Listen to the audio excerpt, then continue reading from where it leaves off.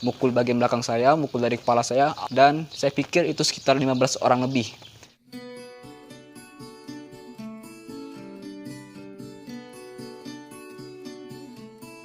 Sekarang saya sedang berada di sekolah lama saya, dan disinilah tempat kejadian saya dikeroyok oleh 15 orang lebih.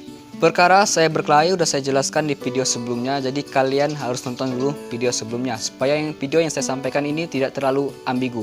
Jadi untuk kalian yang baru pertama kali datang ke channel ini, jangan lupa subscribe agar saya lebih semangat lagi untuk memberikan video-video menarik, motivasi, inspirasi lainnya. Oke, kita lanjut ke videonya.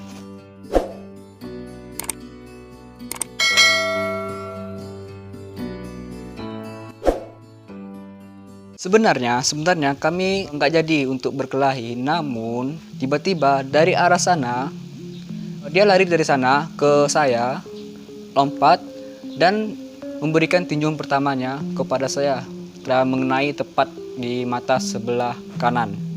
Saya tidak mau kalah dong, akhirnya saya tinju balik, dan ya akhirnya kami berkelahi 1 lawan 1, ronde pertama. Pas ronde kedua, itu teman-temannya itu udah pada ngumpul. Di sebelah sana tuh ada geng dia, di sebelah sana geng dia, lalu sebelah sini, nah di sebelah sini juga anak-anak nakal lainnya. Jadi saya tidak bisa pergi ke mana-mana. Otomatis yang harus saya lakukan ialah melanjuti perkelahian agar ketika saya dikeroyok ataupun dihajar, ada guru yang datang untuk membantu saya.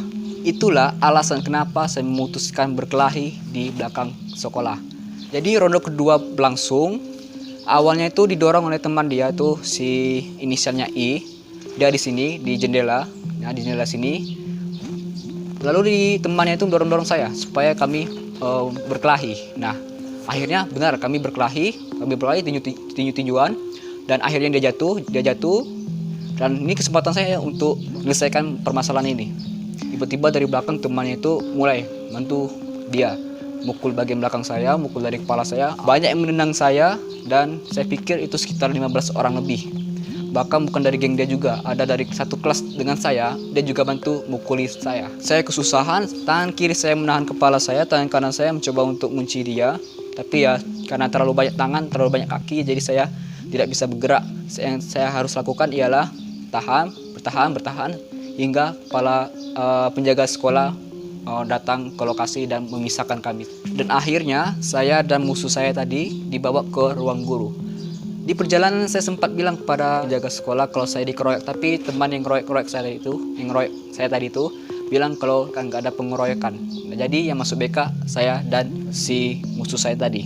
Di ruang guru atau di kantor BK saya ditendang, dicubit, dan disuruh buat surat perjanjian untuk tidak berkelahi lagi. Setelah itu kami disuruh untuk kembali ke kelas masing-masing. Dan inilah pengalaman buruk yang tidak bisa saya lupakan, karena saat itulah pengalaman buruk saya yang pertama kali dikeroyok oleh 15 orang lebih.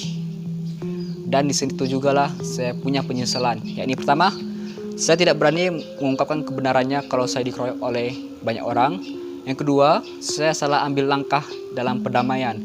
Saya ajak berkelahi, bukannya ajak ke ruang guru untuk berdamai. Tapi alhamdulillah saya bisa melalui itu semua dan bisa lulus dari sekolahan ini dan siap untuk melanjutkan pendidikan ke sekolah menengah atas. Dan ketika saya memilih sekolah, saya harus pilih dengan benar, karena saya tidak ingin nanti kejadian ini terulang lagi di sekolah berikutnya.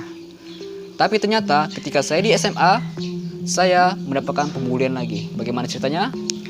Terus tonton video ini. Saya masuk SMA, masuk lewat jalur prestasi. Jadi tinggal ngasih piagam, 3 piagam saja. Saya peringkat 1 semua. Dari kelas 7E 2 kali, kelas 9E 2 kali, peringkat 1. Piagam itu saya gunakan untuk masuk ke SMA. Dan alhamdulillah saya masuk SMA tanpa tes. Keren nggak? Keren dong. Sombong amat. Apa sih nggak boleh? Gini-gini saya juga pintar, tapi ya nggak terlalu pintar amat ya.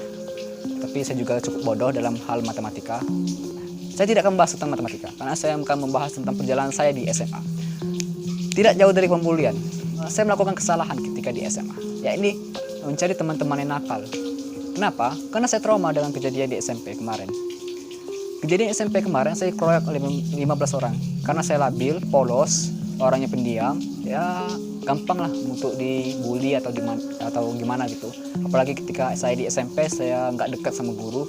Nah di SMA ini meskipun saya dekat sama guru, saya sering mendapati yang namanya pembulian seperti hinaan-hinaan.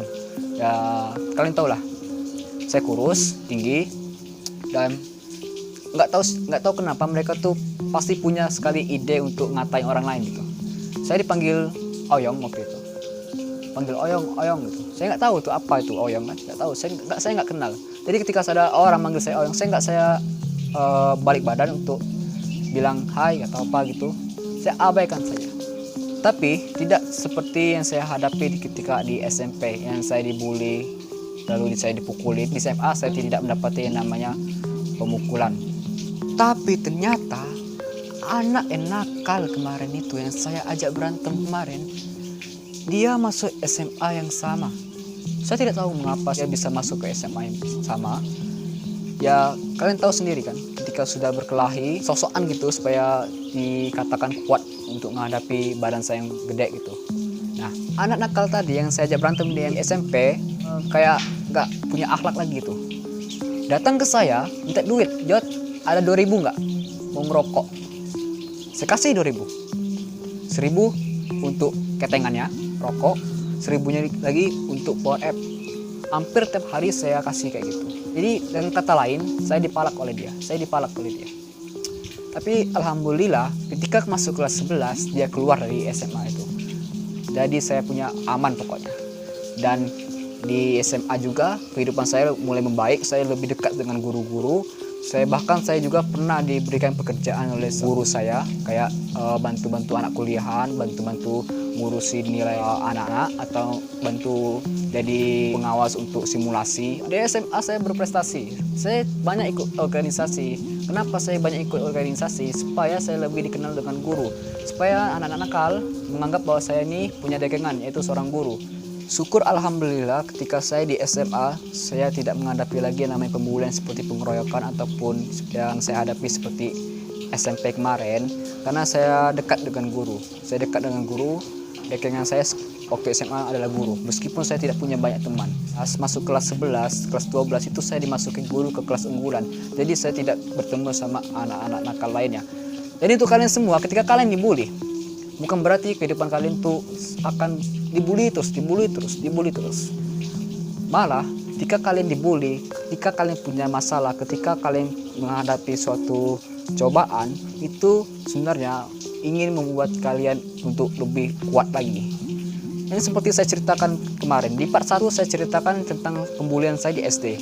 Lalu saya ceritakan juga yang pengeroyokan itu. Alhamdulillah saya semakin kuat menghadapi yang cobaan seperti itu. Saya sudah terbiasa dibully, jadi saya sudah kebal untuk dibully. Dan benar kata orang, akan dan namanya pelangi setelah hujan.